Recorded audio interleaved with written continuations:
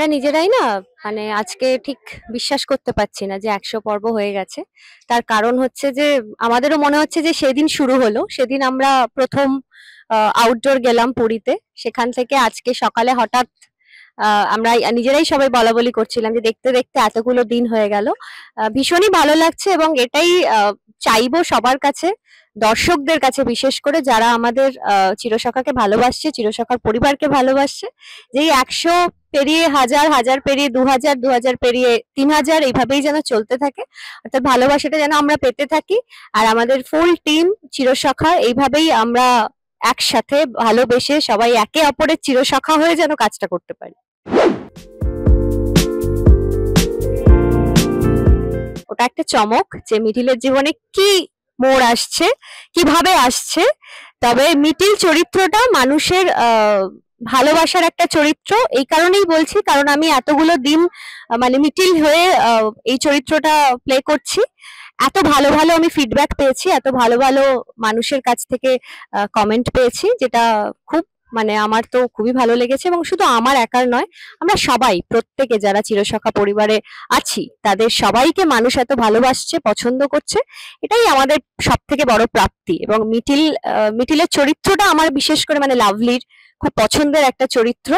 অনেকদিন পরে আমি একটা এরকম অন্যরকম একটা চরিত্রে আমি অভিনয় করার সুযোগ পেয়েছি। আমি অবশ্যই লীনাদিকে ধন্যবাদ জানাবো যিনি মিঠিল চরিত্রটাকে তৈরি করেছেন, এবং প্রত্যেক দিন এই চরিত্রটা নতুন নতুন ভাবে তৈরি হচ্ছে। তো এটাই দেখা যাক কি মোড় আসে তার জীবনে।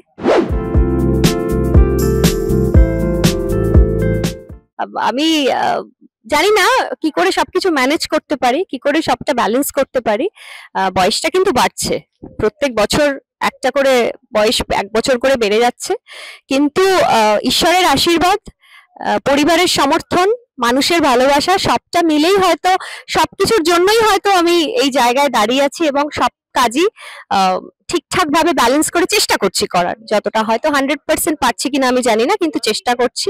এইটুকুই বলবো, ঈশ্বরের আশীর্বাদ থাকুক, মানুষের ভালোবাসা থাকুক, যাতে আগামী দিনে এগিয়ে যেতে পারি। প্রথমেই বলবো যে আমি না খুব ব্লেসড এবং খুব আমার মনে হয় ঈশ্বরের আশীর্বাদ এটা যে আমার মেয়ে ছোট থেকে এখনো পর্যন্ত যেভাবে অ্যাডজাস্ট করেছে এবং যেভাবে আমাকে আমার সাথে কোঅপারেট করে, এটা আমি মা হিসেবে খুব আনন্দিত এবং গর্বিত যে আমার মেয়েকে আমি পেয়েছি আমার জীবনে। অবশ্যই এইটা প্রত্যেকটা মায়ের কাছেই একটা বিশেষ মুহূর্ত যখন সে মা হয়, তার সন্তানকে তার কোলে পায়। তো আমার কাছেও একই রকম। কিন্তু তারপর থেকে যে আমার জার্নিটা শুরু হয়েছে, তখন ওর বয়স ছিল ২ বছর।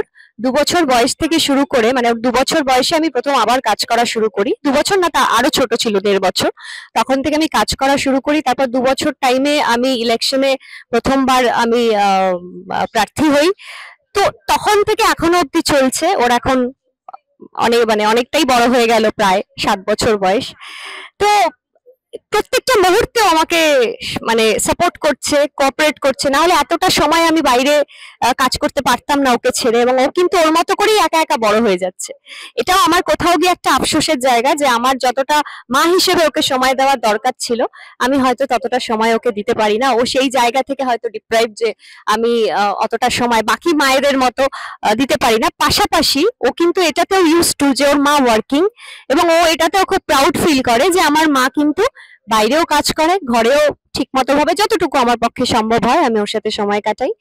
মাদার্স ডে তে আমি নিজেও মা, আমার সকল মায়েদের শুভেচ্ছা, আমার নিজের মাকে, আমার শাশুড়ি মাকে, সবাইকেই আমার প্রণাম।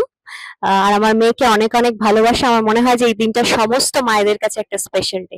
এবং মাদার্স ডে একদিন আমার মনে হয় না যে কোনো বিশেষ দিন মায়ের জন্য দিন হয়। মা তো আমাদের মানে প্রথম পৃথিবীর আলো দেখায়। তো সেই জায়গা থেকে প্রত্যেক দিনই আমার কাছে মাদার্স ডে।